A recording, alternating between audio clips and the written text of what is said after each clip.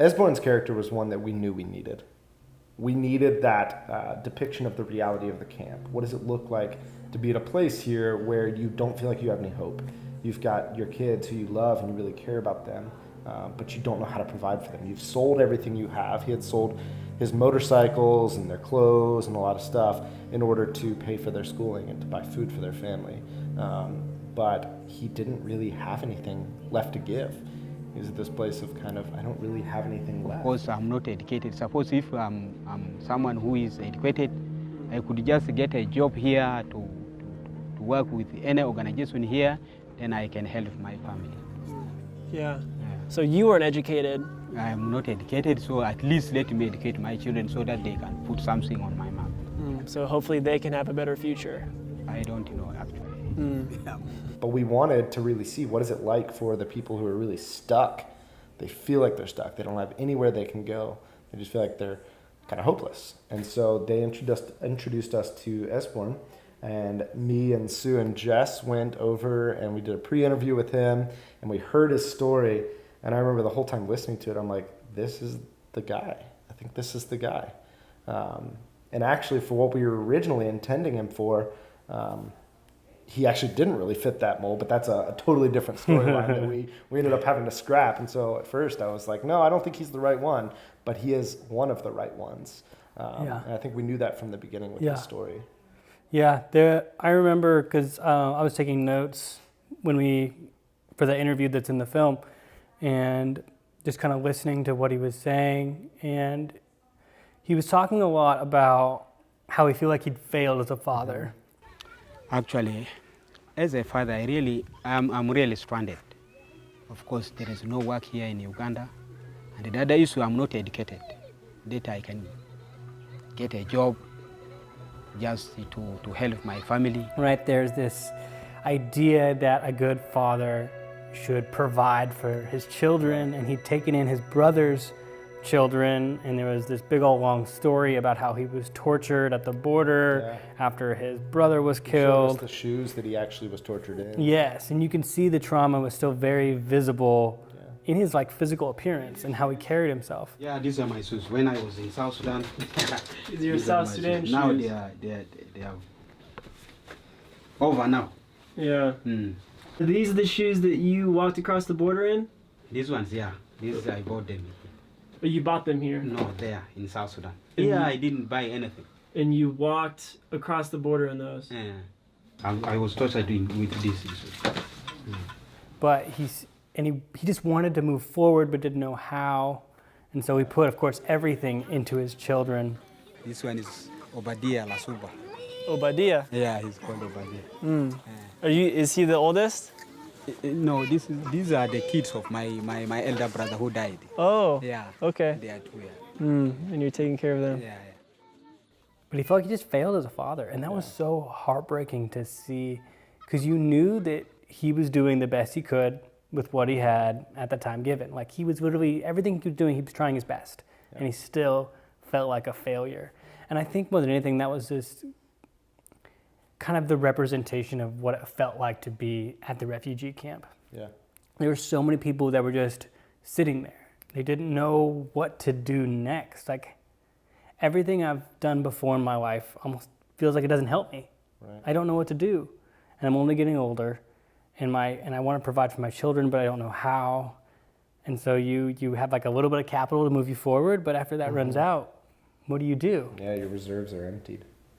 Yeah, and so really that failure as a father mentality that he has it's immobilized him. It's kind of paralyzed him because he can't get past that. He can't see past that. Because his father, he held in really high regard.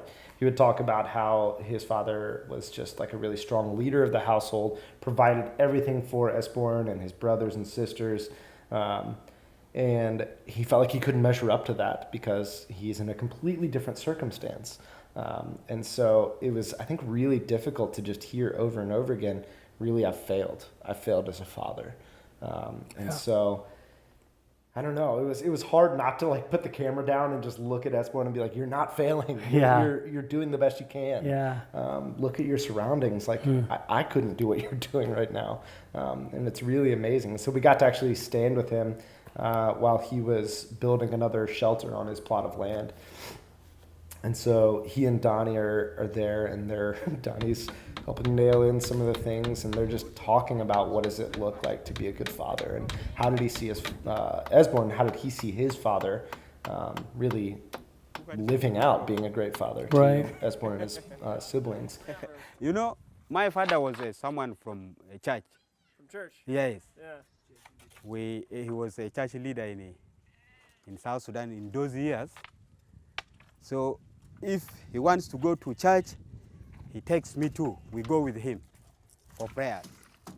So you love going to church with your dad? Yeah. I really love to go with him. If he wants to go somewhere like for prayers, we go with him. Yeah. One of those Maybe if songs? we sit near fire, he can just call me and tell me, Esborn, do you know, when I was young, I really loved to go to church, and I also know how to dig. So if you want your family to be okay, you need to dig so that you build up your family. Yeah. Yeah, he keeps on telling me. Of course, if you keep on looking your kids, you don't provide them with anything, it is really very sorry. This is what in my heart. Of course, I don't fear to die. If my brother can die, why not me? Because he has left the burden even to me. Because you cannot stay in a world where you cannot afford to help your people, you cannot help your family, you are doing nothing. And then the fire scene came. Well, I mean, yeah. This is something that's actually not in the film, but we needed that cathartic moment with Esborn, because he was talking about one of his favorite memories growing up is when they used to have a fire and his dad would come and tell stories to all of his siblings. And of course, that's something we need to do for him.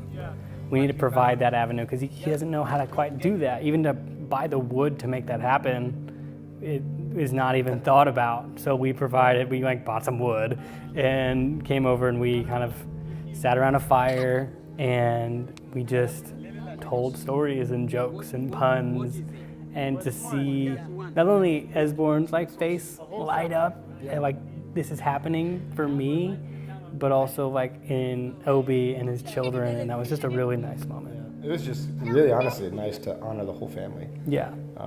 And just let them know how much we appreciated them and the opportunity that they gave us to hear their story. That was just really cool. I mean, Esborn was actually respected within the community. Esborn was one of the key parents of Hope Primary School. Right. Him and a couple other people that we talked to were very, very involved.